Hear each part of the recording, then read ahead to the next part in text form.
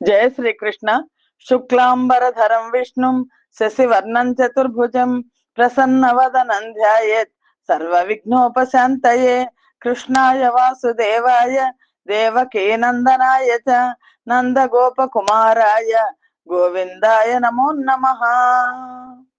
మహాకవి శ్రీ బొమ్మెర పోతనామత్య ప్రణీత శ్రీ మహాభాగవతం చదువుతున్నాం. దశమ స్కంధంలో ఉన్నాం. దేవకీ వసుదేవులకు శ్రీకృష్ణ జననం జరిగింది. ఈ భాగవత గాథను, ఈ కృష్ణ కథను నైమిసారణ్యంలో సౌనకాది మహర్షులకు సూత మహాముని వినిపిస్తున్నారు. పరీక్షిన్ మహారాజుకు సుఖ మహర్షి భాగవత గాథను తెలియజేస్తున్నారు. శ్రీకృష్ణ పరమాత్మ శ్రీ మహావిష్ణువు శ్రీకృష్ణ పరమాత్మగా జన్మించిన తర్వాత వసుదేవుడు ఆ మహాదేవుని యొక్క ఆజ్ఞానుసారం ఈ పసిపిల్లాడిని, పొత్తిళ్లలో పసిపిల్లాడిని నందుని ఇంటికి తీసుకువెళ్ళి యశోద పక్కన పడుకోబెట్టి యశోద ప్రసవించిన యోగమాయన ఆడపిల్లని తీసుకొచ్చి దేవకి అప్పగించాడు. యోగమాయ పసిపిల్లగా గట్టిగా ఏడ్చింది. కంసుడు ఆమెను వధించడానికి ప్రయత్నించినప్పుడు ఒక్కసారిగా ఆకాశంలోకి లేచి ప్రత్యక్షమయ్యి అక్కడి నుంచి కంసుడిని చూస్తూ, ఓ కంస, నిన్ను చంపబోయేవాడు పుట్టే ఉన్నాడు నాతో పాటు అని చెప్పి అదృశ్యమైంది. కంసుడు ఆడపిల్లని కూడా చూడకుండా చంపడానికి ప్రయత్నించాను అని చెప్పి దుఃఖించి పశ్చాత్తాపడి దేవకి వసుదేవులను సంకళ్ళ నుంచి వినిపించి వాళ్ళతో మంచిగా మాట్లాడి ఇంటికి వచ్చేసాడు. ఇంటికి వచ్చాడు కానీ దుర్మార్గుడే తనను చంపడానికి ఎక్కడో జన్మించే ఉన్నాడు అన్న సంగతి తెలుసుకుని వెంటనే మంత్రులందరినీ పిలిపించాడు. ఈ మంత్రులందరికీ యోగమాయ వల్ల తాను విన్న వృత్తాంతాన్ని ఏకాంతంగా చెప్పాడు. అప్పుడు కంసుడితో మంత్రులందరూ, ఒక దుర్మార్గపు రాజుకి దుర్మార్గులైన మంత్రులే ఉంటారు. అందులో కంసుడు రాజయ్యాక మొత్తం రాక్షసులందరినీ తన మంత్రులుగా ఏర్పాటు చేసుకున్నాడు. ఆ మంత్రులందరూ కంసుడితో ఇలా అంటున్నారు: ఇట్టైన దడియ నేటికి పట్టణముల మందలందు పల్లెల నెల్లన్ పుట్టెడి పెరిగెడి శిశువుల బట్టి వధించదము మమ్ము వంపు మధీస. ఓ రాజా, ఇంకా ఆలస్యం చేయడం దేనికి? పట్టణాల్లోనూ పల్లెల్లోనూ మందల్లోనూ పుట్టి పెరుగుతున్న పసిపిల్లలందరినీ పట్టుకుని వధించేస్తాం, అనుమతి ఇవ్వండి అన్నారు. భవదీయోజ్వల బాహుచాప విలసద్బాణావళి భగ్నులై దివిజాధీశ్వరులే క్రియంబడిరో ఏ దేశంబులండాగిరో శివునింజొచ్చిరో బ్రహ్మ చెందిరో హరిన్ సేవించిరో మౌని వృత్తి వనాంతంబులన్ నిల్చిరో మనకు శోధింపందగుల్లభ. ఓ వల్లభ, ఓ రాజా, ఇది వరకు నీ బాహువుల ఎందలి కోదండం చేత విడువబడిన బాణాల వల్ల దెబ్బలు తిన్న దేవతలంతా, ఇంద్రాది దేవతలంతా ఎక్కడికి పోయారు? శివుణ్ణి ఆశ్రయించారు, లేదా బ్రహ్మను లేదా విష్ణువుని సేవిస్తున్నారు. అది కాకపోతే ముని వృత్తితో అరణ్యాల్లో ఉన్నారు. మనం వెంటనే వెతకడం మంచిది మహారాజా అని చెప్తున్నారు. నొచ్చెరి శాస్త్రవులనుచును విచ్చలవిడి తిరుగవలదు వివిధాకృతులన్ మృత్యులి వత్తురు వారలు సచ్చిన ఎందాక మరవ జనదధిపుకురకున్. పగవాళ్ళు శత్రువులు దెబ్బతిన్నారు అనుకుని మనం విడిగా తిరగకూడదు. వాళ్ళు ఎన్ని రకాల వేషాలతో దొంగతనంగా కూడా రాగలరు. అందుకని శత్రువుని ఎప్పుడు కూడా శేషం ఉండకూడదు.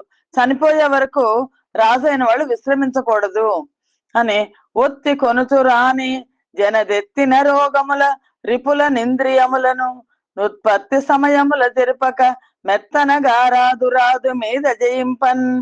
విజృంభించే రోగాలను, శత్రువులను, ఇంద్రియాలను అవి మనని ఆక్రమించే వరకు రానివ్వకూడదు. అవి పుడుతున్నప్పుడే తుంచేయాలి. ముదిరిన తర్వాత వాటిని జయించడం సాధ్యం కాదు. అమర శ్రేణికి నెల్ల చక్రి ముఖరుండా చక్రి ఏ ధర్మ మందమరున్ గోవులు భూమి దేవులు దితిక్షాంనాయ కారుణ్య సత్యములున్ యాగ తపోదమంబులును శ్రద్ధా శాంతులున్ విష్ణుదేహములెన్నింటిని సంహరించిన నతండంతంబును పొందెడిన్. ఈ మంత్రులందరూ కూడా, దుర్మార్గులైన మంత్రులందరూ ఆ దుష్ట సలహాలు ఇస్తున్నారు. సకల దేవతల్లోనూ ఆ మహావిష్ణువే ముఖ్యుడు కదా. ధర్మం ఎక్కడుంటే ఆ శ్రీ మహావిష్ణువు అక్కడ ఉంటాడు. గోవులు, బ్రాహ్మణులు, యజ్ఞాలు, వ్రతాలు, దీక్షలు, వేదములు, భూతదయ, సత్యము, ఇంద్రియ నిగ్రహం, తపస్సు, దమము, శ్రద్ధ, శాంతి, ఇవన్నీ కూడా ఆ శ్రీ మహావిష్ణువు యొక్క దేహాలే. కాబట్టి వాటన్నిటిని నాశనం చేయాలట. అవి నాశనం చేస్తే శ్రీ మహావిష్ణువు కూడా నిలువ నీడలేక నశించిపోతాడు. అంటే గోవులను చంపేసిన, బ్రాహ్మణులను చంపేసిన, యజ్ఞాలు, వ్రతాలు, దీక్షలు అవన్నీ భగ్నం చేసిన, వేదాలని తగలబెట్టిన, భూతదయ లేకుండా ప్రవర్తిస్తే ఆ మహావిష్ణువు అక్కడి నుంచి వెళ్ళిపోతాడు అని ఒక దుర్మార్గమైన ఆలోచన చెప్పారు వాళ్ళు. కాబట్టి వాళ్ళు అంటున్నారు, సంపుదుమే నిలింపులను జంకెల రంకెల దాపసావళిం వంపుదుమే కృతాంతకుని పాలికి గ్రేపులతోడ గోవులంద్రుంపుదుమే ధర అమరుల దోలుదుమే నిగమంబులన్ విదారింపుదుమే వసుంధర హరింపుదుమే జననాథ పంపుమా. మమ్మల్ని పంపించండి, మేము సమాజంలో ఏ దుష్ట కార్యాలు చేయాలో ఆ దుర్మార్గాలన్నీ మేము చేసేస్తాం. ఏమంటున్నారో తెలుసా? ఓ మహారాజా కంసుడితో అంటున్నారు, మమ్మల్ని పంపించండి, దేవతలను చంపమంటావా? చంపేస్తాం. అదలింపులతో అరుపులతో తపస్సు చేసుకునే ఋషులను చంపేసేయమంటావా? వాళ్ళని యమునొద్దుకు పంపించేస్తాం. దూడలతో పాటుగా ఆవులను నరికేసేయమంటావా? నరికేస్తాం. బ్రాహ్మణులను పశువులను తరిమినట్టు తరిమి కొట్టమంటావా? ఆ పని చేస్తాం. వేదాలను పఠించే వాళ్ళని బాధించమంటావా? లేకపోతే భూమిని చుట్టగా చుట్టి నీ వశం చేయమంటావా? ఆక్రమించేయమంటావా? నువ్వు చెప్పిన ఈ పనుల్లో ఏ పనైనా చేయడానికి మమ్మల్ని ఆజ్ఞాపించు అంటున్నారు ఆ మంత్రులు. అంటే కంసుడిని ఓదారుస్తున్నారు ఈ రాక్షస ముఖంతా. కంసుడు ఈ విధంగా బోధిస్తున్న మంత్రుల ఆలోచనకు బద్ధుడై సమ్మతించాడు. దుర్మార్గుడు కదా కంసుడు కూడా అలాగే అన్నాడు. బ్రాహ్మణులను హింసించడం తప్పని కూడా ఆలోచించలేదు. కాలపాస బద్ధులై బ్రాహ్మణాది సాధు మానవులను చంపడానికి దానవులను పంపించాడు. తాను అంతఃపురానికి వెళ్ళిపోయాడు. ఆ తర్వాత రాక్షసులు సహించడానికి వీలు కాని క్రూరమైన మాటలతో సత్పురుషుల వెంటబడి వాళ్ళందరినీ వేధించారు, బెదిరించారు, కొంతమందిని గద్దించారు, కొంతమంది చెవులు దిబ్బెళ్ళిపోయేట్టు అరిచారు. ఇలా అనేక విధాల దుర్మార్గాలతో వాళ్ళను వేధిస్తూ ఈ రాక్షస ముఖంతా ఎన్నో పాపాలను మూట కట్టుకోసాగారు. వెదకి వెదకి దైత్య వీరులు సాధుల నడపవారి బలములు అడిగిపోయే యశము సిరియు ధర్మమాయువు భద్రంబు నార్య హింససేయ ననుగుగాదే.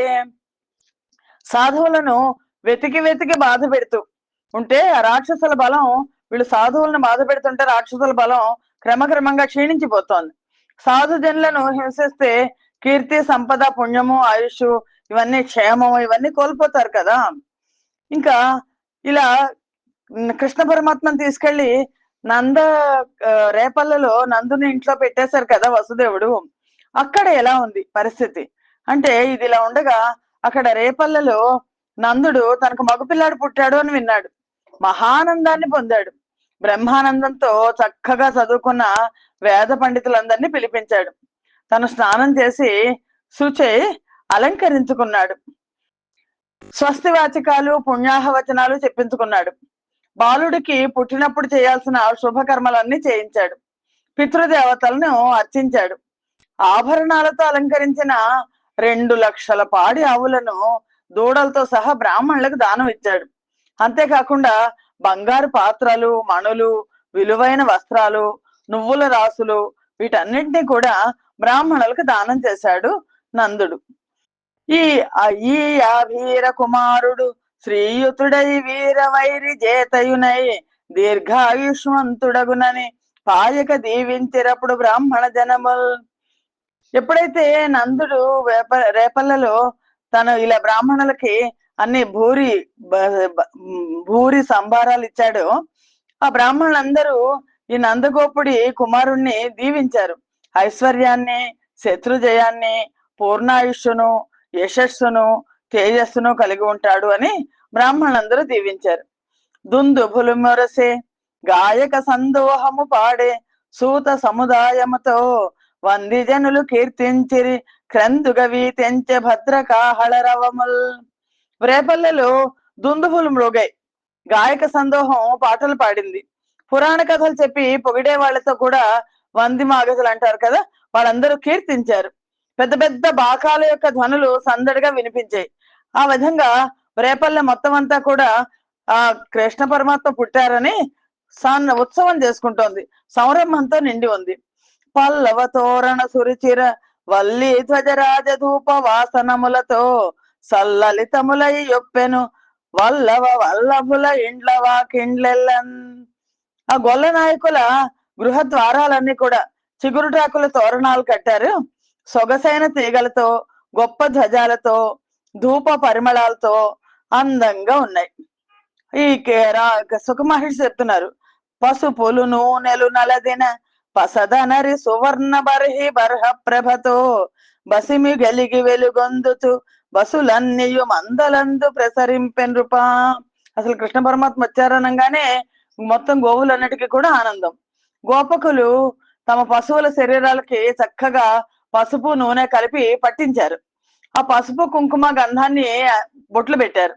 దాంతో బంగారు నెమళ్ల కుంచెల కాంతితో మెరుపును కలిగి ప్రకాశిస్తూ ఈ ఆవులన్నీ కూడా తిరుగుతున్నాయిట. క్రేళ్ళురికి మసలి లేగలు మల్లడిగుని రంకెలిడియే మద వృషభంబుల్ పెళ్ళుగ మొదవుల పొదుగుల జల్లించెంబాలు బాలు సంభవ వేళన్. ఆ కృష్ణ పరమాత్మ పుట్టినప్పుడు, ఆ పుట్టిన శుభవేళలో లేగదూడలు చెంగు చెంగు చెంగు చెంగుమంటూ చక్కగా ఆడుకుని అలసిపోయి నిలిచాయి. మదించిన ఎద్దులు ఉత్సాహంతో రంకెలేసాయి. ఆవులన్నీ పొదువుల్లోంచి పుష్కలంగా పాలు కురిపించేస్తున్నాయి. ఆ రెగజదివెడి పొగడెడి వారికి విద్యలను బ్రతుకు వారికి లేమింగ్ జేరిన వారికి నెల్లను గోరకమును నందుడిచ్చే గోధన జయముల్. నందుడు తన కుమారుడు కలిగాడు అనే ఆనందంలో తన వంశావళి చదివే వాళ్ళకి, స్తోత్రం చేసే వాళ్ళకి, విద్వాంసులకు, పేదవాళ్ళకి, ఇలా తన దగ్గరికి చేరిన ప్రతి వాళ్ళకి వాళ్ళు అడగకుండానే గోవులను ధనాన్ని సమృద్ధిగా దానం చేసాగాడు. ఆ సమయాన కంచు కములు తల చుట్లును కాంచన భూషాంబరములు గడు మెరయగా నేతెంచిరి అందరు మంచి పదార్థములు కొనుతూ మాధవ చూడన్. యశోదమ్మ కొడుకు పుట్టాట అంటూ ఆ గోపకులందరూ కూడా ఆ నందుని యొక్క కుమారుణ్ణి చూసేందుకు బయలుదేరారు. ఏ విధంగా అంటే చాలా అందమైన దుస్తులు ధరించారు, విలువైన ఆభరణాలు ధరించి తలపాగాలను చుట్టుకుని శుభప్రదములైన వాటిని తీసుకుని నందుని ఇంటికి ప్రయాణం అయ్యారు. మొత్తం ఎందుకంటే నందుడు అంటే మహారాజు కదా, ఆయన ఆ గోపకులానికి పెద్ద. ఏ తెంచి చూచి చెలగుచు నేతుల బెరుగులను బాల నీళ్లను వెన్నం ప్రీతి వసంతములాడిరి ఏ తరులై సరస భాషలెస గన్గొల్లల్. ఆ గొల్ల వాళ్ళందరూ అలా వచ్చి ఆ బాలుడిని చూసి పొంగిపోయారు సంతోషంతో. సరస మాట్లాడుకుంటూ నెయ్యి, పెరుగు, పాలు, నీళ్లు, వెన్న మొదలైనవన్నీ చేర్చి కలిపిన వసంతాన్ని ఒకళ్ళ మీద ఒకళ్ళు పోసుకుంటూ చాలా సంతోషంగా వసంతోత్సవం జరుపుకున్నట్లుగా ఆడారు. అప్పుడు ఏమి నోము ఫలము ఇంత ప్రొద్దొక వార్త వింటి మబలలార వీనులలరా మన యశోద చిన్ని మగవాని గననట చూచి వత్తమమ్మ సుదతులారా. ఇంకా గోప యువతులు ఉన్నారు కదా, గోపికలందరూ కూడా తమలో తాము పొద్దున్న లేవగానే అనుకున్నారు, అర్ధరాత్రి యశోదమ్మకి మగపిల్లాడు పుట్టాట. ఈ శుభవార్తను ఒకళ్ళతో ఒకళ్ళు చెప్పుకుంటున్నాడు. ఏనాడు నోచిన నోముల ఫలమో, ఎందుకంటే నందుడికి అప్పటిదాకా పిల్లలు లేరు కదా. మన యశోదాదేవి చిన్న బాబుని ప్రసవించిందట, పదండి అందరం చూసి వద్దాం పదండి అనుకుని ఒకళ్ళతో ఒకళ్ళు చెప్పుకుని ఇరుగు పొరుగు స్నేహితురాండ్రైన గోపికలు ఒకళ్ళనొకళ్ళు పిలుచుకుని వెళ్ళి చూసొద్దాం రండి పిల్లాడిని అని మనస్సులో తమ్మకాన్ని నిలుపుకోలేక అదంతా కూడా కృష్ణ పరమాత్మ ఆకర్షణ తొందరపడుతూ అలంకారాలు చేసుకుని వాళ్ళ ఇళ్లలోంచి బయలుదేరారు. జడగతులును బలు పిరుదులు బిడికెడు నడుములను వలుద బిగి చనుగవలున్ వెడద నయనములు సిరి దడబడు మోములు భ్రమర చికుర భరములు నమరన్. అలా బయలుదేరిన గోపికలు ఎలా ఉన్నారు అంటే నడకలు హొయలుతో నెమ్మదిగా సాగుతున్నాయి. వాళ్ళ కళ్ళు ఏమో ఆనందంతో విచ్చుకున్నాయి. తుమ్మెద రెక్కల్లాగా తలకొప్పలు ఊగుతున్నాయి. లక్ష్మీ కళతో ఆ గోపికలందరూ కూడా చక్కగా ముందుకు సాగుతున్నారు. వేడుక తోడ గ్రొమ్మడులు వీడకు చోపరి హార రేఖలల్లాడ కపోల పాలికల హాటక పత్ర రుచుల్ వినోదనంబాడ బటాంచలంబులసియాడగా చేరి యశోద ఇంటికిన్ జేడియలేగి చూచి రుగి జిష్ణుని విష్ణుని చిన్ని కృష్ణుని. అలా వచ్చిన కొంతమందికి ఆ నడక వేగంలో పరిగెత్తుకుంటూ వచ్చారు. వాళ్ళకి ఎప్పుడెప్పుడు చూస్తామా యశోదకు పుట్టిన పిల్లాడిని అని. ఆ పరిగెత్తుకుంటూ రావడంలో కొంతమంది కొమ్ము జుట్లు ఊడిపోయినాయి, కొంతమందికి మెడలో ముత్యాల పేర్లన్నీ చిక్కుపడ్డాయి, మరి కొంతమందికి చెక్కిళ్ళ మీద బంగారు కాంతుల మెరుపు వేడుక పుట్టుస్తోంది, ఇంకా కొంతమంది బయట చెరుగులు గాలికి ఎగిరిపోయినాయి. ఆ విధంగా గోపకాంతులు ఒక్కసారిగా యశోద ఇంటికి చేరారు. ఎంతో ఆనందోత్సాహాలతో ఆ పసివాణ్ణి చూశారు. కానీ వాళ్ళెవరికి కూడా అతడే దానవ భంజకుడైన శ్రీ మహావిష్ణువు అని తెలియదు. చూసి చాలా సంతోషించి వాళ్ళు తీసుకొచ్చిన కానుకలన్నీ ఇచ్చారు. కానుకలన్నీ ఇచ్చి పనికి నూనె తలయంటి పసుపు పూసి బోరు కాడించి హరిరక్ష బొమ్మటంచు జలములొక కొన్ని చుట్టిరా జల్లి తొట్ల నునిచి దీవించి పాడిర యువిదలెల్లా. ఆ విధంగా లోకాలను సంరక్షించేవాడికి వీళ్ళందరూ గోపికలందరూ వచ్చారు. వాళ్ళందరూ రక్ష కడతామని చెప్పేసి రక్ష కట్టేశారు. తర్వాత ఉయ్యాల తొట్టులో పడుకోబెట్టారు. దీవిస్తూ ఆ బాలుడు తల కొమ్మ చక్కగా నూనె పెట్టారు, ఒంటి కొమ్మ నలుగు పెట్టి స్నానం చేయించారు.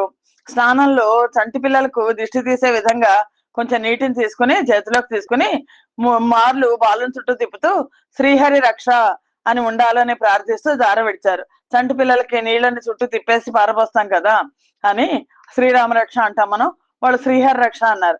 ఆ తర్వాత గోపికలందరూ కలిసి ఇలా పాట సాగారు, పాటలు పాడుతున్నారు ఉయ్యాల్లో పడుకోబెట్టి. జో జో కమల దలేక్షణ జో జో మృగరాజ మధ్య జో జో కృష్ణ జో జో పల్లవ కరపద జో జో పూర్ణేందు వదన జో జో ఎనుచున్. అద్భుతం. తామర రేకులు లాంటి కన్నులు కలవాడా జోజో పడుకో, సింహం వంటి నడుం కలవాడా జోజో ఓ కృష్ణ జోజో, చిగురుటాకులు లాంటి కోమలమైన అరిచేతులు అరికాళ్ళు కలవాడా జోజో, నిండు జాబిల్లి లాంటి ముఖం కలవాడా జోజో, నువ్వు సుఖంగా నిద్రపోవయ్యా అంటూ ఆ విశ్వాన్ని ఊపే ఆ పరమాత్మను ఉయ్యాల్లో ఉంచి ఊపసాగారు ఆ గోపకాంతలంతా. పలుతోయంబుల జగముల పలుతోయములందు ముంచి భాసిల్లడి యా పలుతోయగాడు వల్లవలనాకర తోయముల జలంగుచు దడియున్. ఈ విధంగా ప్రళయ సమయంలో జగత్తును క్రీడగా నీటిమయం గావించే పరబ్రహ్మ ఏమీ ఎరగని వాళ్ళగా నటిస్తూ ఆ గోపికల చేతుల్లో జలకాలాడుతూ కేరింతలు కొడుతూ ఆడుకోసాగాడు. లోకములు నిదురవోమగా జో కొట్టుతు నిదురవోని శుభగుడు రమణుల్ జో కొట్టి పాడ నిదురంగై కొను క్రియ నూరకుండె కను తెరవకయున్. సకల ప్రాణులను జోకొట్టి నిద్రపుచ్చుతూ తను మాత్రం ఎప్పుడు జాగరూకుడై వర్తించే ఆ పరబ్రహ్మ, ఆ సుందరమూర్తి గోపికలు జోలలు పాడుతుంటే నిద్రపోయినట్టు నటిస్తున్నట్టు కన్నులు తెరవకుండా కదలకుండా పడుకున్నాడు కృష్ణ పరమాత్మ, ఆ పసిపిల్లాడు. ఏ బాములెరుగక ఏ పారు మేటికి బసుల కాపరి ఇంట మాము గలిగే. సుఖ మహర్షి చెప్తున్నారు పరీక్షణ్ మహారాజుతో, చూసావా మహారాజా, ఏ బాములెరుగక ఏ పారు మేటికి బసుల కాపరి ఇంట మాము కలిగే, నే కర్మములు లేక ఎనయు నెక్కటికిని జాత కర్మంబులు సంభవించే, నే తల్లి సనుబాలు నెరుగని ప్రోడ యశోద తన్నుల పాల చొరవ నెరిగే, నేహాని వృద్ధులు నెరుగని బ్రహ్మంబు పొదిగిటిలో వృద్ధి పొందదొచ్చే, నే తపములనైన నెలమి వండని పంట వల్లవి జనముల వాడబండే, నే చదువులనైన నిట్టిట్టి ధనరాని అర్ధమవయవములానందముందే. ఆ పరీక్షణ్ మహారాజుకు చెప్తున్నారు, పుట్టుకే లేని మహాత్ముడు అలాంటి ఆ శ్రీ మహావిష్ణువు పశువులను కాచుకునే వాళ్ళ ఇంట్లో పుట్టుక సంభవించింది. ఏ విధమైన కర్మలు లేకుండా ప్రకాశించే ఆ పరమాత్మకు జాత కర్మలు చేయించుకున్నాడు ఈ కృష్ణావతారం తీసుకుని. ఏ తల్లి సన్నుబాలు తాగి ఎరగని, ఆయనే ఆది కదా, అలాంటిది ఎరగని ప్రౌఢుడు యశోదాదేవి సనుబాలు రుచి మరిగాడు. పెరుగుట తరుగుట అనేవి పొందని పరబ్రహ్మ యశోదాదేవి ఒడిలో వృద్ధిని పొందుతున్నాడు. ఎలాంటి తపస్సుల వల్ల పండని పంట నేడు గోపకుల రేపల్లవాడలో కన్నుల పండగగా పండింది. ఎన్ని శాస్త్రాలను అభ్యసించిన ఇలాంటిది అని తెలియని ఆ తత్వం ఆ బాలుని యందు అభివ్యక్తం కాసాగింది. చెయ్యువుల్ సేయుతరెన్ విధాత కరణెంజెన్నొందు సంతోష దృష్టియుతుండై నగుచున్ జనార్దనుని మాట్కింబొల్చు రోషించియున్నయడన్ రుద్రుని భంగి నొప్పును సుఖానందంబునం పొంది తన్మయుడై బ్రహ్మము భాతి బాలుడమరున్ బాహుళ్య బాల్యంబునన్. ఆ పసిపిల్లాడు, ఆ చిన్ని కృష్ణుడు ఎలా ఉన్నాడంటే, ఆ బాలకృష్ణుడు చంటి బిడ్డగా ఉండి ఏదైనా చేష్టలు చేసేటప్పుడు సృష్టికర్త అయిన బ్రహ్మదేవుళ్లాగా కనిపిస్తున్నాడు. సంతోషం ప్రకటించే చూపులతో నవ్వుతుంటే శ్రీ మహావిష్ణువులాగా కనిపిస్తున్నాడు. కోపం వచ్చినప్పుడు రుద్రుళ్లాగా భయాన్ని కలిగిస్తాడు. ఆనందం చేత తన్మయం చెందేటప్పుడు నిత్యానంద స్వరూపుడే ఆ పరబ్రహ్మలాగా సాక్షాత్కరిస్తాడు. చూసిన వాళ్ళదే కదా ఈ భాగ్యం అంతా. ఎంత పుణ్యం చేసుకున్నారో కదా ఆ గోపాలకులందరూ. అప్పుడు కొడుకు గన్న వేట్క కొనసాగ రోహిణి జీరబంచి చిత్ర చేలములను మండనములనిచ్చి మన్నించె నందుడా ఎంబుజాక్షి ప్రీతయై చెరింప. అప్పుడు నందుడు కొడుకును కన్న వేడుకతో రోహిణీదేవిని పిలిచాడు. పిలిచి ఆవిడికి, రోహిణీదేవి అంటే యశోదకి అక్కయ్య, ఆవిడికి బలరాముడు అప్పటికే పుట్టున్నాడు. మంచి ఆభరణాలు, నా కొడుకు పుట్టాడన్న ఆనందంతో ఆభరణాలు, రంగురంగుల చీరలు ఆవిడ బహుకరించి ఆ రోహిణీదేవిని గౌరవించాడు. ఆవిడ కూడా చాలా సంతోషించింది. ఆ బాలుడు కృష్ణ పరమాత్మ జన్మించింది మొదలు రేపల్లెలోని ఆలమందలు పాలతో నిండిన పొదుగులను కలిగి ఉన్నాయి. ఇంకా పాలు ఎవరు పెతకక్కర్లే, వాటంతటా వచ్చేస్తోంది.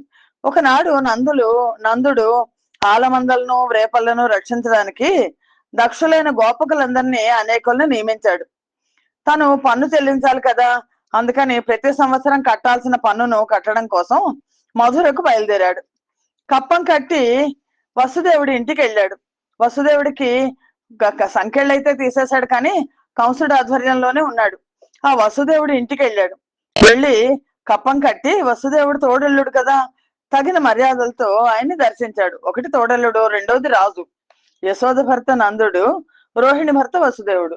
నందుని గనుగొని ప్రాణము పొందీను పోలే బొలు పారుతూ నా నందాశ్రులు గడ కన్నుల గ్రంథు కొనంగేలు సాచి కౌగిట చేర్చెన్.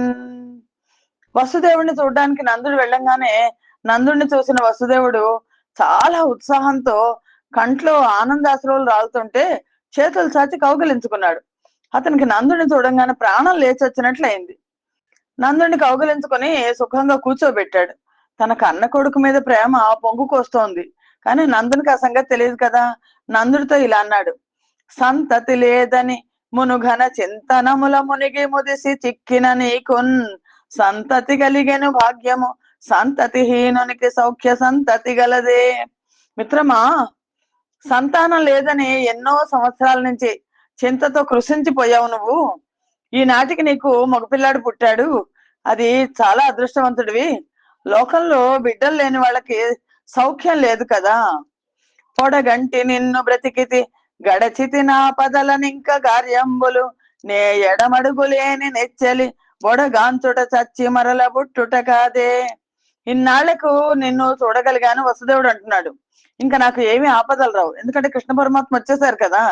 కార్యాలలో ఏమాత్రం తేడా చూపని నీ వంటి స్నేహితులను కలుసుకోవడం ప్రాణానికి ఊపిరివ్వడమే కదా అని, పలు పాటుల బడు జనులకు నీలనొకచోనుండగలదే ఏరుల వెంటంగలిగిచను మ్రాకులన్నయు బలు వెంటల బోవుగాక పాయకయున్నే. బతుకు చెరువులో పలు పాటలు పడే జనులకు ఒక చోట ఉండడం కుదరతుందా? కుదరదు కదా.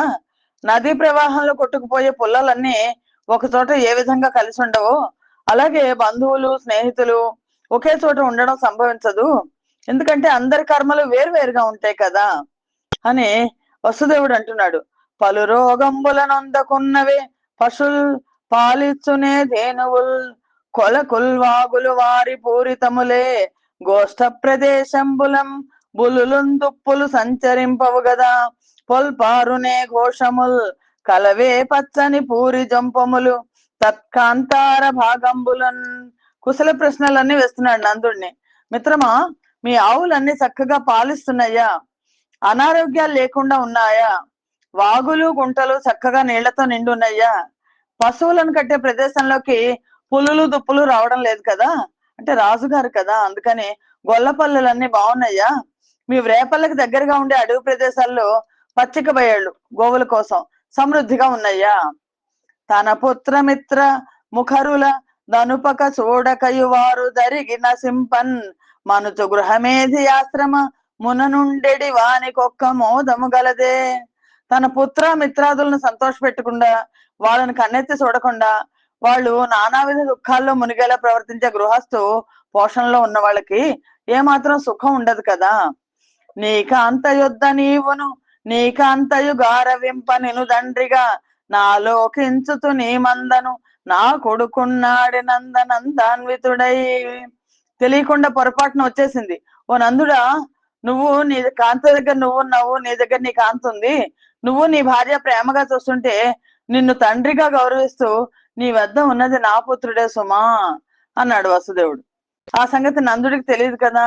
నందుడు అనుకున్నాడు, పాపం ఈయనకి మగపిల్లలందరూ పోయారు, ఇప్పుడు నా పిల్లాడు వరుసకి ఆయన కొడుకే అవుతాడు కదా, ఎందుకంటే సొంత తోడల్లుడు కొడుకు కదా అని. అప్పుడు నందుడు ఇలా అన్నాడు, నీకుందేవకి కింజనించిన సుతాని కంబు దొడ్తోడ మున్నే కంసుండు వధించే మీ సుత దుదిన్ హింసింపజే తప్పి తానాకాశంబున కేగే బాలయది దైవాధీన మాపద్దశన్ శోకం బంధున తస్గ్ను డూరుడుము డూరడుము నా సూనుండు నీ సూనుడే.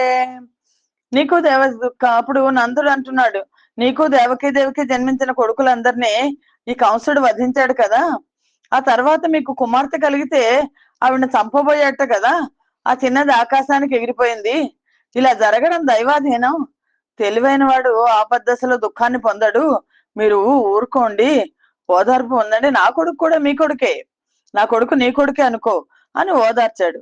అప్పుడు వసుదేవుడు నందునితో ఇలా అంటున్నాడు, జనపతి కరీడితివి మము గనుగొంటివి మేము నిన్ను గంటిమి మేలయ్యను బొమ్మింకను గోకులమున నుత్పాతములు తోతుమును కొనవలయున్. జాగ్రత్త నందుడు, ఎందుకంటే కంసుడు ఏం చేస్తున్నాడో తెలుసు కదా వసుదేవుడికి.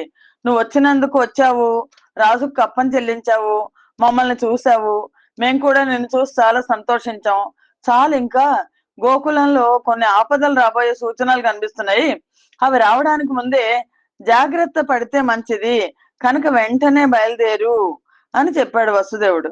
అలా చెప్పి వసుదేవుడు నందుడికి తక్కన గొల్లలకు సెలవిచ్చి పంపించేశాడు. వాళ్ళు కూడా వడివడిగా నడవగలిగిన కోడలు కట్టిన బళ్ళెక్కి వాళ్ళ ఊళ్ళకి వెళ్ళిపోయారు. నందునికి కూడా ఎందుకో స్పష్టంగా ఏదైనా జరుగుతుందోమో, ఆపదలు వస్తాయోమో అని చిహ్నాలు గోచరించసాగాయి. వసుదేవుడు తనతో పలికిన పలుకులు మనసులో అనుకుంటూ, ఎందుకు ఆ వసుదేవుడు అలా అన్నాడు, ఏం ఆపదలు వస్తాయని అనుకుంటూ రేపల్లకి నందుడు వెళ్ళిపోయాడు. ఈ సంచికని ఇక్కడితో ఆప్ చేద్దాం. స్వస్తి ప్రజాభ్య పరిపాలయంతాం న్యాయేన మార్గేణ మహిమహేషా గోబ్రాహ్మణేభ్య శుభమస్తు నిత్యం లోకా సమస్తా సుఖినో భవంతు. సర్వం శ్రీకృష్ణార్పణమస్తు. యదక్షర పదభ్రష్టం మాత్రహీనంతే యద్భవేత్ తత్సర్వం క్షమ్యతాం దేవ నారాయణ నమోస్తుతే. శ్రీమన్నారాయణ నమోస్తుతే. జయ శ్రీకృష్ణ.